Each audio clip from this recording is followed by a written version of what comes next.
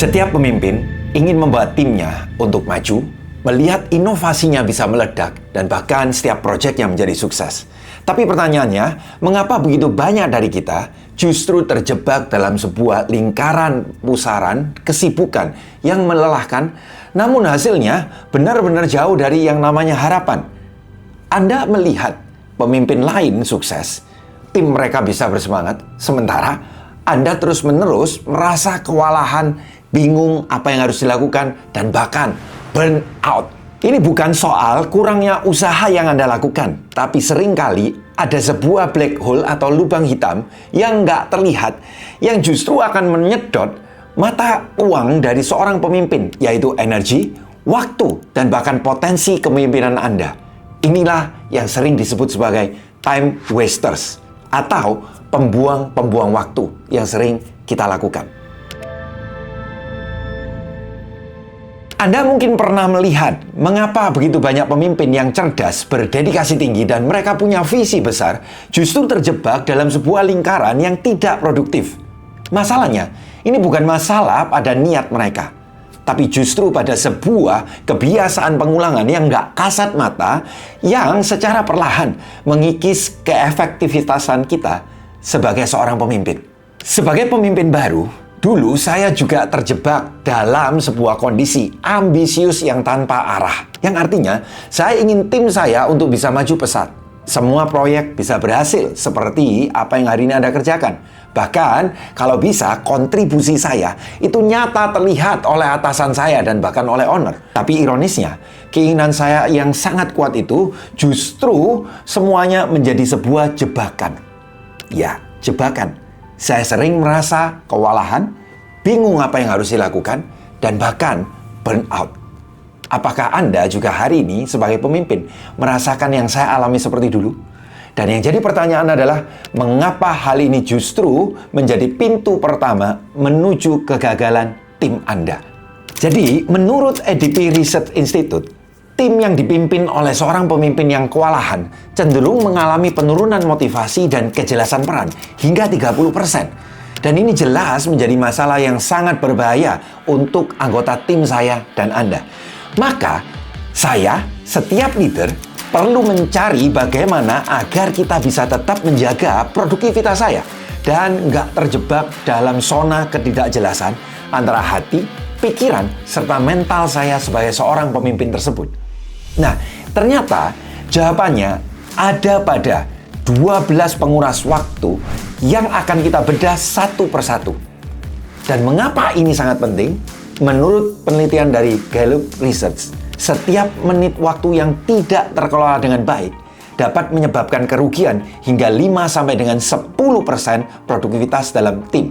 Sehingga ini adalah sebuah lubang hitam yang nggak terlihat, tapi benar-benar menyedot energi, produktivitas, dan waktu yang Anda pakai menjadi betul-betul terbuang tanpa sebuah hasil yang nyata.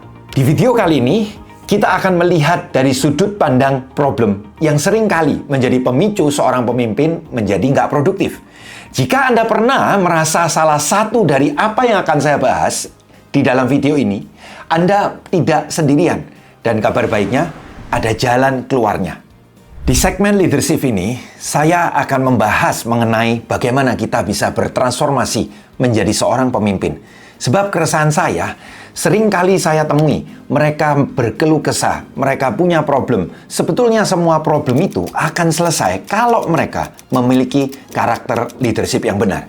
Tapi seringkali saat problem, masalah, tumpukan kerjaan begitu banyak, mereka nggak punya yang disebut dengan karakter kepemimpinan sehingga mereka nggak paham bagaimana menyelesaikan problem itu dari sudut pandang sebagai seorang pemimpin. Maka setiap dari kita wajib untuk belajar tentang karakter kepemimpinan, bahkan bukan pada saat kita punya posisi, tapi persiapkan diri kita sebelum kita mencapai jabatan atau posisi kepemimpinan itu sendiri. Dan mari kita langsung masuk di bagian yang pertama, kurangnya prioritas. Ya, kita merasa bahwa semuanya harus kita kerjakan dan semuanya penting. saat ini harus diselesaikan. Tapi mari kita coba lihat. Kalau disebut sebagai seorang leader, maka apa tolok ukur keberhasilan kita adalah mengacu pada hasil atau dampak yang bisa diberikan. Nah, kalau saat ini mungkin kita tidak bisa melihat dampak ataupun hasil yang kita sumbangkan terhadap perusahaan tersebut. Bisa jadi kita nggak ngerti yang namanya prioritas. Nah, seorang pemimpin yang nggak produktif seringkali terjebak dalam situasi semuanya serba penting. Tanpa prioritas yang jelas, setiap tugas, setiap email, setiap panggilan, terasa semuanya mendesak. Nah, saya punya solusi buat Anda semua yang mungkin Anda sudah pernah tahu. Gunakanlah matriks Eisenhower untuk bisa membedakan mana yang penting dan mendesak. Nah, secara singkatnya, kita bisa belajar dengan memilah yang mana yang penting dan mana yang mendesak. Nah, maka pertama kali, yang harus menjadi prioritas pertama Anda adalah hal yang penting dan mendesak. Yang artinya, kalau sesuatu itu penting, maka pastikan hanya Anda yang bisa melakukan pekerjaan itu dan sesuai dengan role Anda. Nah, kalau itu mengacu pada mendesak, berarti Anda harus segera menyelesaikan pekerjaan itu dengan timeline yang paling cepat harus Anda segera selesaikan. Nah, ini akan menjadi prioritas yang pertama. Berikutnya biasanya jebakannya adalah terjadi antara Anda mengerjakan yang tidak penting tapi mendesak, atau yang ini tidak mendesak tapi penting sekali. Nah, seringkali yang menjadi jebakan berikutnya adalah saat kita harus memilih apakah kita mengerjakan sesuatu yang penting tapi tidak mendesak, atau kita mengerjakan yang berikutnya, yaitu sesuatu yang mendesak banget tapi nggak penting. Nah, mana yang harus Anda pilih terlebih dahulu? Di sini seringkali kita mengalami kebingungan. Maka saran dari saya sederhana banget. Gunakan matriks ini untuk bisa membuat Anda tidak kehilangan fokus. Nah, perhatikan. Kalau itu penting tapi nggak mendesak, artinya penting berarti harus Anda yang mengerjakan. Oke? Karena itu tidak mendesak, maka gunakanlah yang disebut dengan scheduling, atau Anda harus menetapkan plan atau perencanaan kerja yang Anda masukkan dalam jadwal Anda. Sebagai contoh, bagi saya sendiri yang hari ini melatih banyak orang lewat pelatihan yang kami berikan, ya di leadership, training, semuanya. Maka pekerjaan saya seperti membuat video, membuat konten, itu adalah hal yang penting. Untuk apa? Untuk saya bisa mempromosikan, mendapatkan exposure, mendapatkan leads terhadap training ataupun bisnis yang saya miliki. Ini penting, harus saya mengerjakannya. Tetapi nggak mendesak, yang artinya saya bisa jadwalkan. Nah, teman-teman sekalian, seringkali yang menjadi jebakan adalah kita mengerjakan yang mendesak untuk kita, tapi sebetulnya itu nggak penting. Nah, disinilah banyak pemimpin akhirnya nggak produktif.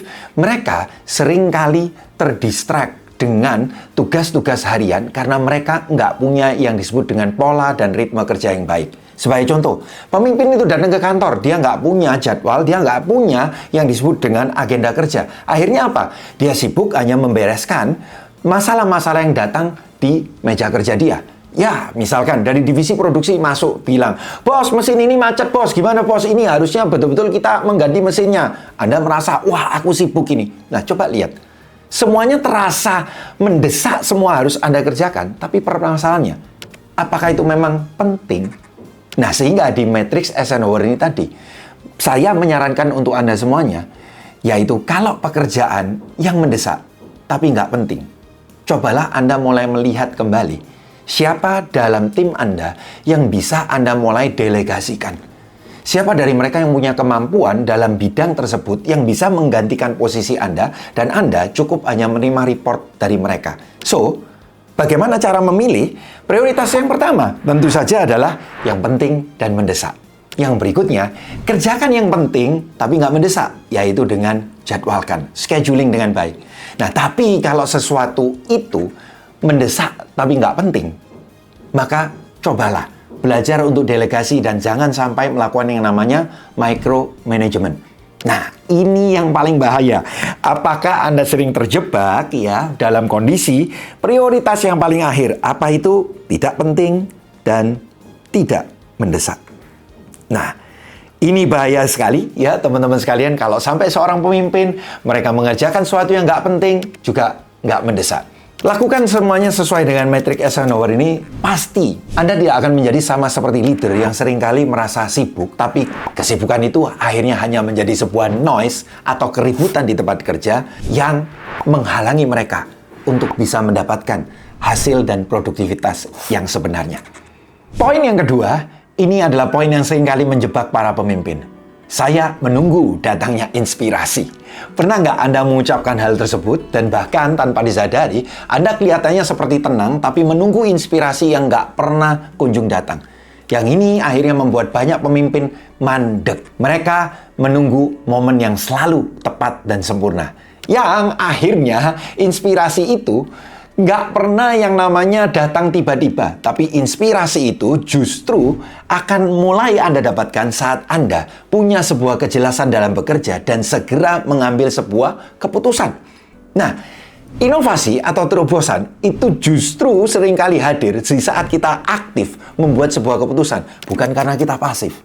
Nah, tunggulah terus inspirasi, maka saya percaya itu nggak akan pernah kunjung datang. Sebab tanpa tindakan, bahkan ide terbaik sekalipun hanya akan menjadi angan-angan kosong belaka.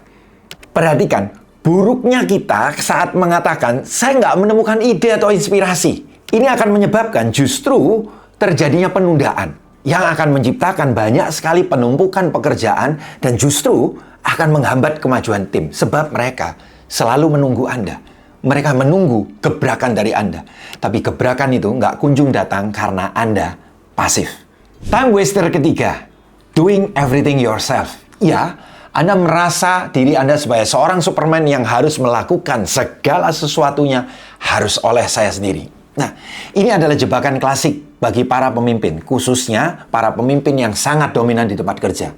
Mereka merasa yang paling mampu dan tidak mudah percaya pada kemampuan timnya.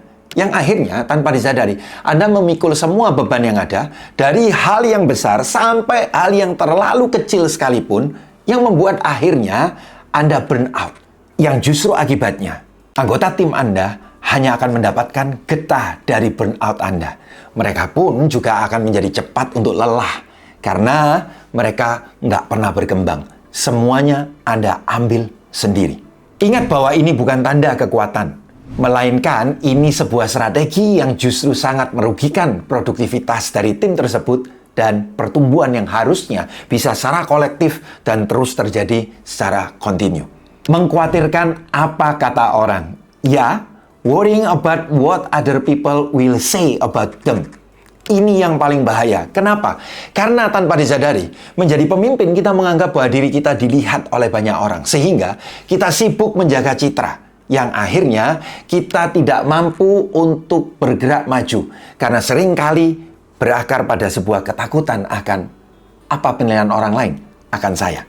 Saya sering di awal-awal pada saat memimpin, saya sering terjebak pada kondisi bahwa kalau saya mengambil keputusan ini, nanti mereka akan memandang saya seperti apa. Nah, Bapak Ibu, ini yang membuat akhirnya saya terus membuat keputusan yang terus saya timbang dengan kondisi, kalau saya melakukan ini, jangan-jangan nanti saya akan dikritik. Jangan-jangan nanti mereka akan nggak suka sama saya. Hal ini akhirnya membuat yang namanya keraguan, penundaan, dan keputusan yang seringkali nggak tegas, plin-plan semuanya ini tadi. Karena apa? Sibuk selalu mengukur. Citra saya harus terjaga terus. Nah, ingat, ini akan betul-betul merugikan tim dan organisasi yang Anda pimpin. Pesan dari saya, Anda nggak harus terjebak dalam labirin yang harus menyenangkan semua orang. Padahal itu adalah misi yang mustahil. Pemimpin bukan menyenangkan orang lain, tapi pemimpin harus berdampak. Catat itu.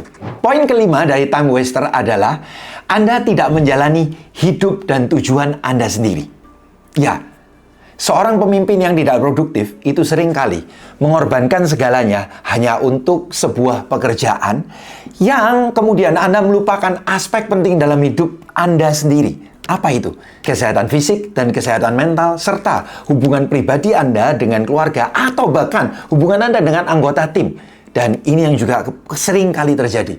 Pemimpin melupakan waktu untuk beristirahat. Padahal, seorang pemimpin yang baik, mereka harus paham. Beristirahat itu bukan berarti nggak produktif. Tapi beristirahat itu bertujuan untuk meningkatkan produktivitas Anda karena Anda akan punya energi yang lebih fresh, pikiran yang lebih baik, hati yang lebih tenang, dan saat Anda mengambil keputusan dan tindakan, maka betul-betul berdampak sangat besar. Time waster yang keenam, takut gagal. Ya, semua orang hari ini takut gagal, apalagi dunia serba medsos, media sosial disampaikan ke sana kemari. Dan Anda tanpa disadari sering membandingkan dengan kesuksesan orang lain. Nah, ketakutan akan kegagalan ini justru akan menjadi rem tangan terkuat bagi seorang pemimpin. Mereka akan menghindari risiko. Anda akan enggan untuk mencoba hal baru dan terobosan-terobosan yang kreatif. Akhirnya, Anda membangun benteng zona nyaman sendiri bagi diri Anda dan tim Anda yang membuat justru stagnan. Ingat bahwa there is no growth in the comfort zone. Sebaliknya, there is no comfort in the growth zone. Yang artinya hari ini, takut gagal itu akan membawa diri Anda untuk tidak melakukan langkah-langkah inovasi dan terobosan. Akhirnya, pertumbuhan tidak ada dan produktivitas pun tidak akan mungkin terjadi tanpa sebuah pertumbuhan yang Anda bangun. Ingat bahwa kegagalan jangan pernah dianggap sebagai sebuah hasil akhir, tapi kegagalan itu hanyalah sebuah proses pada saat Anda mencapai sebuah tujuan akhir tersebut. Itulah kenapa sering dikatakan, Anda nggak pernah gagal, tapi Anda hanya berhenti. Selama Anda tidak berhenti, maka Anda tidak akan pernah gagal. So, mulai coba lakukan terobosan, ide-ide dan kreativitas terbaru dan bersiaplah untuk merangkul kegagalan Anda sebagai bagian dari pertumbuhan Anda. Yang berikutnya, bagian ketujuh, complaining, yes, alias mengeluh sepanjang waktu. Energi negatif adalah racun bagi produktivitas dan pemimpin yang tidak produktif seringkali menghabiskan waktu dan energi untuk mengeluh tentang masalah, keterbatasan, atau bahkan timnya sendiri tanpa mengambil sebuah tindakan nyata apa solusi yang harus diambil. Dan ini tidak hanya sekedar menguras energinya, tapi juga menularkan atmosfer negatif ke seluruh tim. Saya mengajarkan tips yang sangat simpel. Pada saat Anda ingin mengeluarkan sebuah keluhan atau bahkan hal yang negatif, jangan pernah Anda lakukan itu ke bawah tim Anda. Tapi kalau memang Anda terpaksa, maka Anda harus naik kepada atasan mentor Anda, sampaikan kepada mereka. Jadi kalau itu hal negatif, sampaikan ke atas. Tetapi haram hukumnya hal yang negatif itu atau energi Anda yang negatif itu Anda transferkan ke bawah. Maka percayalah, seperti halnya tim sepak bola, maka yang harus dijaga pertama kali adalah tim tersebut harus punya moral, mental, dan motivasi yang terbaik. Tahukah Anda kenapa akhirnya semua tidak produktif dan Anda merasa A, B, C semuanya tidak mengerjakan tugas sesuai dengan apa yang Anda perintahkan? Jangan-jangan vibes atau atmosfer negatif yang Anda berikan kepada mereka yang membuat mereka down sebelum menyelesaikan pekerjaan. Dan bahkan mereka bisa menghadapi semua challenge atau tantangan di tempat kerja itu karena mereka tidak punya energi. Energinya sudah habis diserap oleh negatif Anda. Ingat leaders, bahwa keluhan hanya menciptakan masalah, bukan sebuah solusi. Poin yang ke-8, having unfinished task. Apa artinya? Kita sering kali memiliki tugas yang belum selesai dan kita menandai seakan-akan, ini sudah selesai. Seorang pemimpin yang tidak efisien, mereka adalah master untuk memulai banyak hal, tapi menyelesaikan sedikit. Tumpukan tugas yang belum selesai seringkali menciptakan kekacauan mental, menurunkan fokus Anda, dan memberikan satu beban psikologis yang konstan sepanjang harinya. Ini seperti halnya Anda membuka banyak sekali program di komputer Anda, dan kemudian semakin banyak program itu tentu membuat komputer itu bekerjanya akan semakin lambat. Nah, itulah yang terjadi. Anda akan semakin lambat dan akhirnya macet. Dan macet inilah yang akan membuat siklus penundaan dan stres ada dalam tim Anda. Poin ke-9, mencoba menyenangkan semua orang. Mirip dengan mengkhawatirkan apa yang dikatakan oleh orang lain. Nah, seorang pemimpin yang mencoba selalu menyenangkan A, B, C, menyenangkan atasan, menyenangkan bawahan, ingat, Anda akan kehilangan arah dan tujuan. Padahal, bagi seorang pemimpin, tujuan itu adalah kompas yang harus mereka capai. Untuk itulah mereka menjadi nakoda di perusahaan mereka. Sama yang terjadi dengan diri saya sebagai seorang pemimpin muda pada waktu itu, yang memimpin lintas generasi dan banyak orang-orang yang jauh lebih senior saya pimpin, saya selalu berpikir bagaimana tidak menyinggung mereka, bagaimana mereka bisa senang dengan keputusan saya, yang membuat akhirnya saya berkompromi dengan banyak orang dan akhirnya ini mengaburkan apa yang menjadi tujuan yang harusnya Anda selesaikan. Dan itu berdampak kepada pimpinan saya selama 1 tahun pertama, saya benar-benar fail, tidak produktif. Saya kehilangan visi saya dan akhirnya apa yang terjadi? Tim saya pun melambat karena saya hanya melihat kepada faktor bagaimana saya menjadi seorang people pleaser, bukan menjadi seorang pemimpin yang berdampak. Ingat, hal ke-9 ini adalah jalan pintas Anda untuk menuju kelelahan mental dan ketidakproduktifan yang terjadi di tim Anda. Kita masuk pada poin ke-10. Ini poin yang sangat penting. Sebagai seorang leader, kita seringkali membandingkan diri kita dengan orang lain. Di era digital seperti ini, begitu kita membuka handphone, membuka laptop, maka apa yang terjadi? Kita seringkali mendengar berita-berita keberhasilan A, B, C, dan apa yang terjadi Bapak Ibu? Saat kita membuat perbandingan, maka yang selalu terlihat adalah apa kurang saya dan apa bagusnya orang itu. Dan ini terjadi dalam kehidupan. Kalau kita mau berpikir, sebetulnya perbandingan ini nggak relevan sama sekali dengan impact yang harusnya Anda bisa berikan sebagai seorang pemimpin. Sebab, lihat nun jauh di sana. Orang lain pun saat mereka membandingkan diri mereka dengan Anda, pasti mereka akan melihat Anda lebih unggul dalam hal apa yang tidak dimiliki oleh mereka. Coba Anda lihat dalam hal ini. Apakah perbandingan itu akan membuat Anda lebih baik? Tidak sama sekali. Yang ada justru akan memicu dalam diri Anda rasa nggak aman. Anda akan mudah sekali iri hati. Bahkan perasaan tidak cukup dari dalam diri kita itu selalu ada, yang justru ini akan menguras energi kita. Kreativitas akan terhambat dan dampak terbesarnya seperti apa yang saya alami. Pada saat saya merasa nggak aman atau insecure, maka saya pun akan memandang semua tim saya. Mereka akan selalu saya lihat apa kurang mereka. Saya tidak bisa melihat apa yang menjadi kelebihan mereka. Karena apa yang saya fokuskan adalah kita kurang. Tim saya kurang. Dan yang terjadi, saya tidak pernah berpikir untuk mendevelop atau membangun mereka. Para pemimpin, jangan pernah pecah fokus Anda. Ingat selalu pada potensi diri Anda dan anggota tim Anda. Jangan pernah buat perbandingan, karena setiap orang saat membuat perbandingan, sekali lagi, pasti akan melihat apa kurang saya. Itu nggak penting. Yang penting fokus on yourself.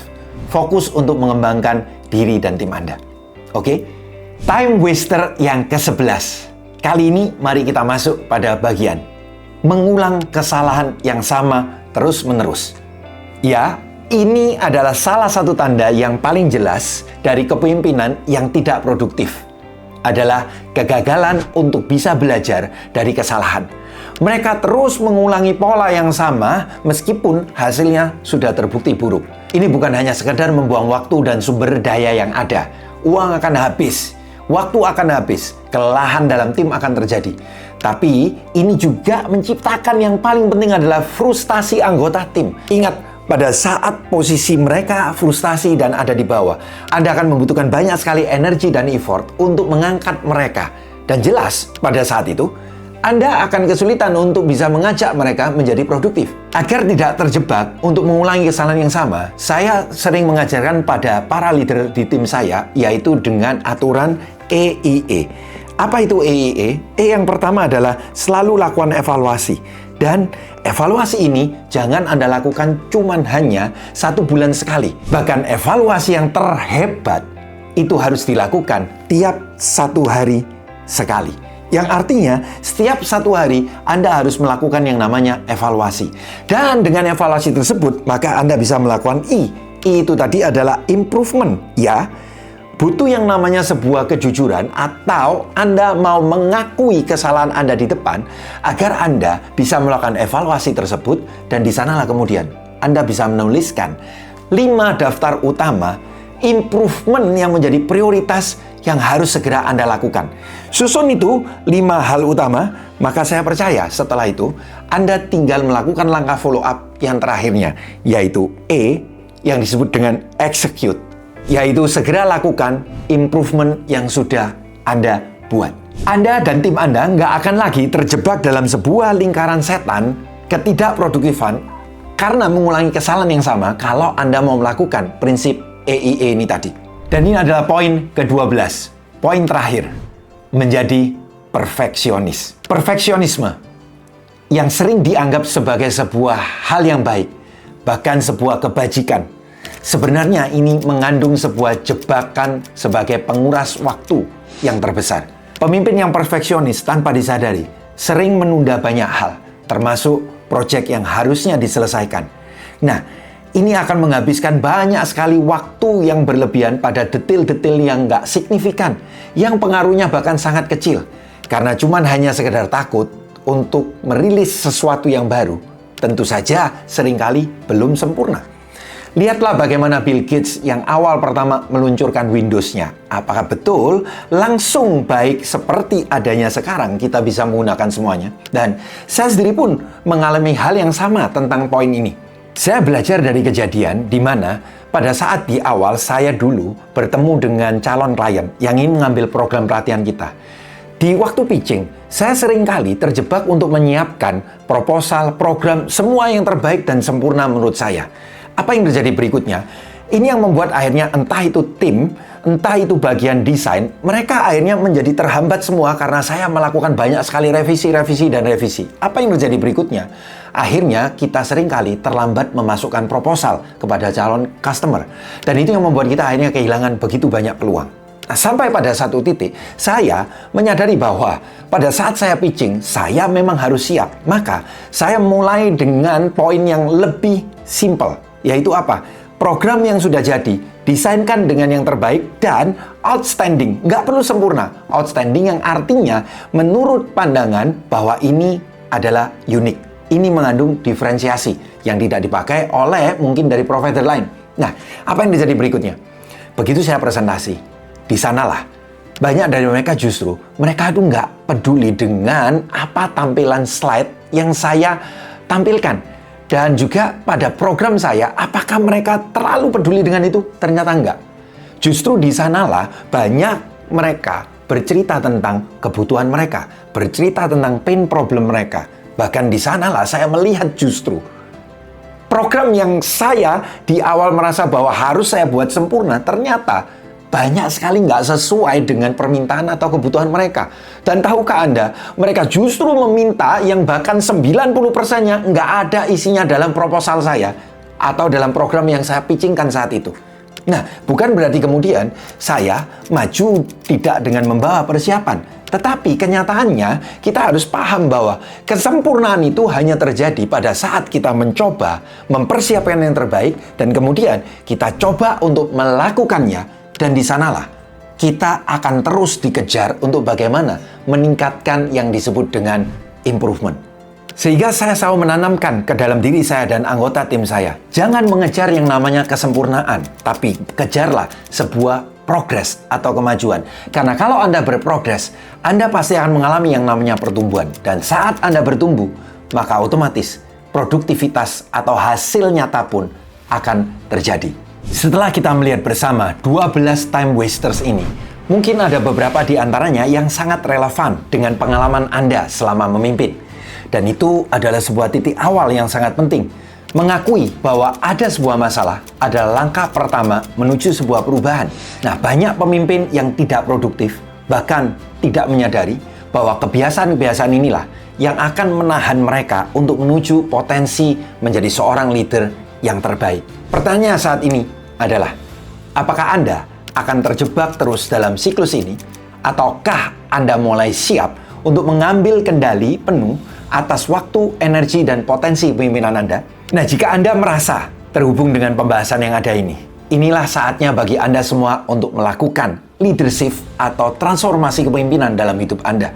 Jangan biarkan kembali waktu Anda terbuang percuma. Jadilah seorang pemimpin yang Anda inginkan, yang produktif, inspiratif, dan membawa sebuah dampak nyata dalam organisasi Anda. Sekian bahasan segmen leadership kali ini, dan bagi Anda yang tertarik untuk mengupgrade skill kepemimpinan Anda, jangan lupa klik subscribe channel kami. See you on the next video.